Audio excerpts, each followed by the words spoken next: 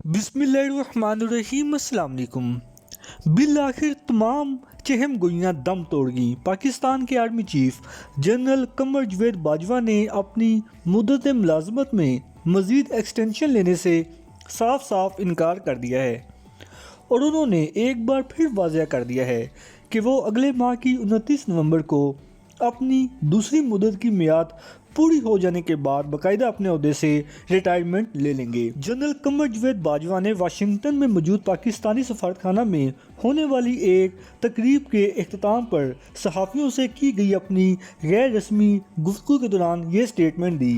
इसके अलावा जनरल बाजवा ने एक बार फिर ये यकीन दहानी कराई है कि मुसल्लह अफवाज ने खुद को हमेशा के लिए सियासत से अलग कर दिया है, लिहाजा उनके नज़दीक अब मुख्तलिफ सियासतदानों की जानिब से पाक फ़ौज को सियासत में घसीटने का सिलसिला बंद हो जाना चाहिए।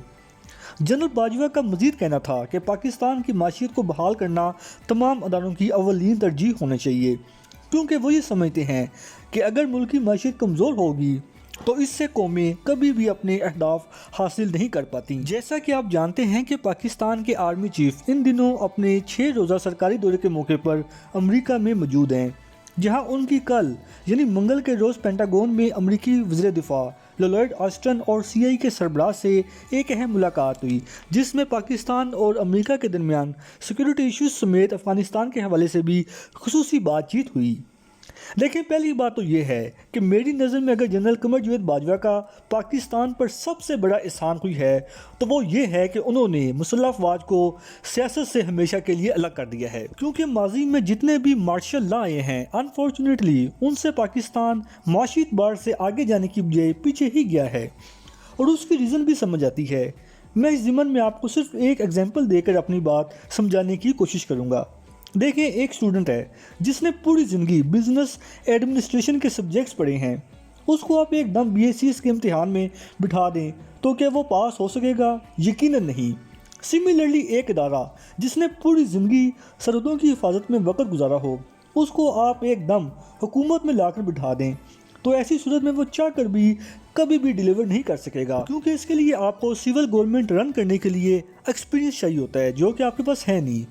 लिहाजा इसमें कोई शक नहीं कि मुल्की मफाद इसी में है जब हर इदारा अपनी आईनी हदूद में रहकर काम करेगा। इसके अलावा जिन ममालिक की आपको इकोनॉमी बेहतर नज़र आती है, जैसे कि G7 और G20 कंट्रीज़ वगैरह, उसके पीछे एक बड़ी वजह यह भी है कि उन ममालिक में भी तमाम इदारे अपनी आईनी हदूद में रहकर काम करते हैं। बल्कि अगर आप ये कहना चाहें तो गलत नहीं होगा कि जो डेवलपिंग कंट्रीज़ हैं वहाँ की हुकूमतें कोई ऐसा काम ही नहीं करती जिसकी वजह से उन ममालिक की इस्टेब्लिशमेंट को सिविल मैटर्स में इंटरफेरेंस करना पड़े, बल्कि वो नेशनल इंटरेस्ट में अपने अदारों को साथ लेकर चलते हैं।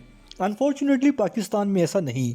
यहाँ एक तो हुकूमत खुद से अपनी जिम्मेदारियाँ अदा करने के लिए तैयार ही नहीं होती, और बिल फर्ज अगर मिलिट्री इस्टेब्लिशमेंट किसी अहम इशू पर सिविल गवर्नमेंट के गलत काम की निशानदही करती है तो फिर हम उसको सियासत में इंटरफेरेंस करने का ताना दे देते हैं, क्योंकि हमारे मुल्क में सिस्टम ठीक नहीं।